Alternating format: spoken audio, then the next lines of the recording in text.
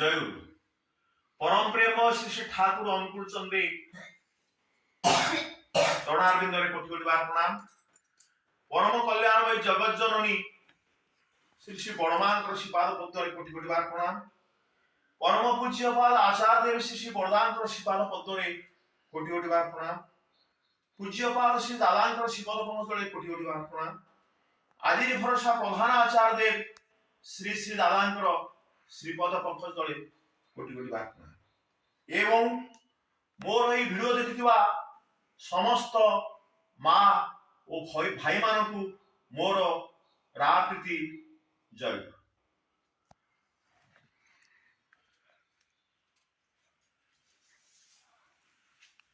পরম প্রেমময় শ্রী শ্রী ঠাকুর অনুকূল চন্দ্রে স্বহস্ত লিখিত সত্যানুসরণ গ্রন্থ পাঠ।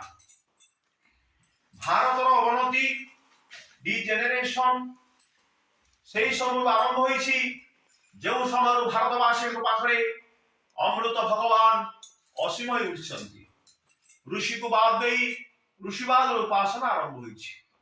হে ভারত, যদি ভবিষ্যৎ কল্যাণକୁ আহ্বান କରିବାକୁ চাহ তেবে সম্প্রদায়গত বিরোধ ভুলি জগতর পূর্ব গুরুମାନଙ୍କ প্রতি সদা সম্পন্ন ହୁଅ এবং তোমার মূর্ত ও জীবন্ত গুরু ভগবান প্রতি আসক্ত এবং আটাচ ହୁଅ এবং সেই ମାନଙ୍କୁ ହିଁ ସ୍ୱୀକାର କର ଯେଉଁମାନେ ତାଙ୍କୁ ଭଲ ପାଆନ୍ତି, କାରଣ ପୂର୍ବବର୍ତ୍ତୀକୁ ଅଧିକାର କରି ହିଁ ପରବର୍ତ୍ତୀଙ୍କର ଆବିର୍ଭାବ।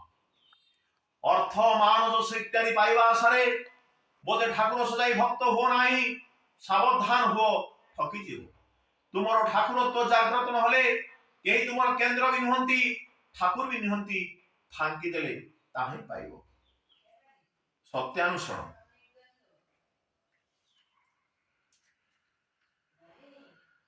ଯାହା ଉପରେ ଯାହା ହିଁ ସବୁ ଦୃଷ୍ଟି ରହିଛି ତାହା ହିଁ ଧର୍ମ, ଆଉ ସେ ହିଁ ପରମ ପୁରୁଷ। ଧର୍ମ କେବେ ହେଲେ ବହୁ ହୁଏ ନା, ଧର୍ମ ଏକ ଆଉ ତାର କୌଣସି ପ୍ରକାର ନାହିଁ। ମତ ବହୁତ ହୋଇପାରେ, ଏପରିକି ଯେତେ ମଣିଷ ସେତେ ମତ ହୋଇପାରେ, କିନ୍ତୁ ତା ବୋଲି ଧର୍ମ ବହୁତ ହୋଇପାରେ ନାହିଁ। ହିନ୍ଦୁ ଧର୍ମ, ମୁସଲମାନ ଧର୍ମ, ଖ୍ରୀଷ୍ଟିଆନ ଧର୍ମ, ବୌଦ୍ଧ ଧର୍ମ ଇତ୍ୟାଦି କଥା ମୋ ମତରେ ଭୁଲ। ବରଂ ସେ ସବୁ ଗୁଡ଼ିକ ମତ। କୌଣସି ମତ ସହିତ କୌଣସି ମତର ପ୍ରକୃତ ପକ୍ଷରେ କୌଣସି ବିରୋଧ ନାହିଁ।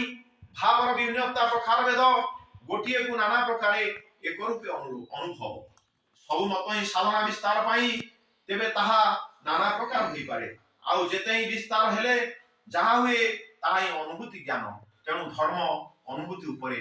ଓಂ ଶାନ୍ତି, ଓಂ ଶାନ୍ତି, ଓಂ ଶାନ୍ତି। পরম প্রেমময় শ্রী শ্রী ঠাকুর অনুকূল চন্দ্রে মুখ নিঃসৃত নারীর নীতি গ্রন্থ পাঠ। ঝিও মোর, ତୁମର ସେବା, ତୁମର ଚାଲିବା, ତୁମର ଚିନ୍ତା, ତୁମର କହିବା ପୁରୁଷ ଜନସାଧାରଣଙ୍କ ଭିତରେ ଏପରି ଗୋଟେ ଭାବର ସୃଷ୍ଟି କରେ ଯେଉଁଥିରେ ସେମାନେ ଅବନତ ମସ୍ତକରେ ନତଜାନୁ ହୋଇ ସସମ୍ଭ୍ରମେ ଭକ୍ତି ଗଦଗଦ କଣ୍ଠରେ ମା ମୋର, ଜନନୀ ମୋର କହି ମୁଗ୍ଧ ହୁଅନ୍ତି, ତୃପ୍ତ ହୁଅନ୍ତି, କୃତାର୍ଥ ହୁଅନ୍ତି। ତେବେ ହିଁ ତୁମେ ନାରୀ, ତେବେ ହିଁ ତୁମେ ସତୀ।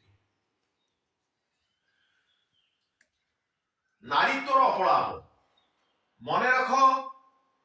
ତୁମର ସଂସର୍ଗ ଯଦି ସର୍ବ ବିଷୟରେ ଯଥାଯଥ ଭାବରେ ଉନ୍ନତି ବା ବୁଦ୍ଧି ଦିଗକୁ ଚାଳିତ ନ କଲା, ତୁମର ନାରୀତ୍ୱ କଣ ମସିଲିପ୍ତ ହେଲା ନାହିଁ। ଓಂ ଶାନ୍ତି, ଓಂ ଶାନ୍ତି, ଓಂ ଶାନ୍ତି। ଜୟ ଗୁରୁ।